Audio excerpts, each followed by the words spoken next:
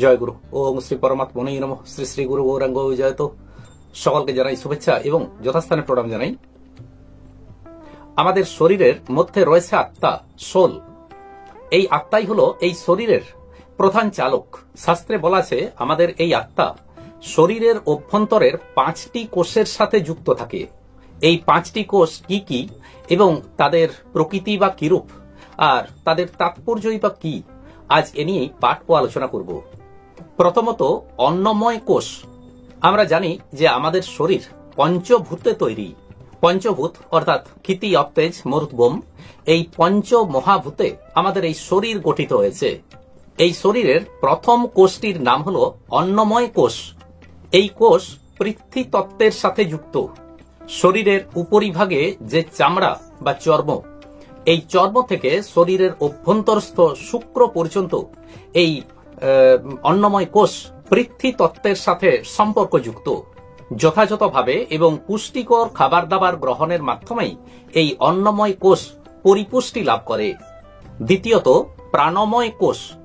আমাদের এই যে শরীর এবং আমার শরীরের মধ্যে আমার একটা মন আছে, শরীর এবং মনকে যেটি যুক্ত রেখেছে তা হল প্রাণ।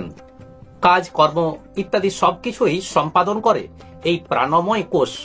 আমরা এই যে শ্বাস গ্রহণ করি, নিঃশ্বাস ত্যাগ করি, এই শ্বাস প্রশ্বাসের প্রকারভেদে শাস্ত্রে বলা আছে এই প্রাণ আবার 10 প্রকার।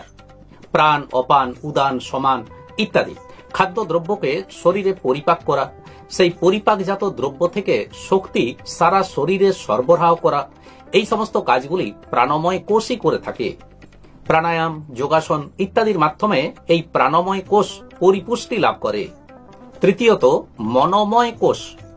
মন, বুদ্ধি, অহংকার ইত্যাদি এই মনোময় কোষের অন্তর্গত। জ্ঞান ও ধ্যানের দ্বারা এই মনোময় কোষের কার্যক্ষমতা বৃদ্ধি পায়। সমস্ত প্রকার মানসিক কাজকর্ম, যত রকমের মানসিক কাজকর্ম হয় সেগুলো এই মনোময় কোষই পরিচালিত করে। চতুর্থত, বিজ্ঞানময় কোষ। সূক্ষ্ম শরীরের জ্ঞান প্রধান কোষকেই বলা হয় বিজ্ঞানময় কোষ। জ্ঞানযুক্ত বুদ্ধি, জ্ঞানেন্দ্রিয় বিষয় সংক্রান্ত ঘটনা, এগুলোকে পরিচালিত করে এই বিজ্ঞানময় কোষ। ধ্যান, সমাধি ইত্যাদির দ্বারা জ্ঞান লাভ করা যায়। সেই জ্ঞান এই বিজ্ঞানময় কোষকে পুষ্টি সাধন করে। এই বিজ্ঞানময় কোষ যখন পরিপুষ্ট হয় তখন মানুষের মধ্যে আচার আচরণ, ব্যবহার সমস্ত কিছু দিক থেকে একটা উন্নতির ধারা লক্ষ্য করা যায়। এই বিজ্ঞানময় কোষের দ্বারা জ্ঞান লাভ করে আত্মজ্ঞান লাভ পর্যন্ত ঘটে থাকে। পঞ্চমত, আনন্দময় কোষ। একে হিরণময় কোষ, লিঙ্গ শরীর ইত্যাদি নামেও অভিহিত করা হয়। এটি আমাদের হৃদয়ের অন্তঃস্থলে বিরাজ করে। বাইরের জগতের সাথে এর সম্পর্ক খুবই কম। প্রকৃতপক্ষে আমাদের অন্তর জগতের সাথেই এর সম্পর্ক। নির্বাণ সমাধি লাভ হলে সাধক এই আনন্দময় কোষে মুক্তি লাভ করে থাকেন। আজ এই পর্যন্তই। আসুন এবার শ্রী ভগবানের মহামন্ত্র জপ করি। হরে কৃষ্ণ, কৃষ্ণ কৃষ্ণ হরে হরে, হরে রাম রাম রাম হরে হরে। নমস্কার।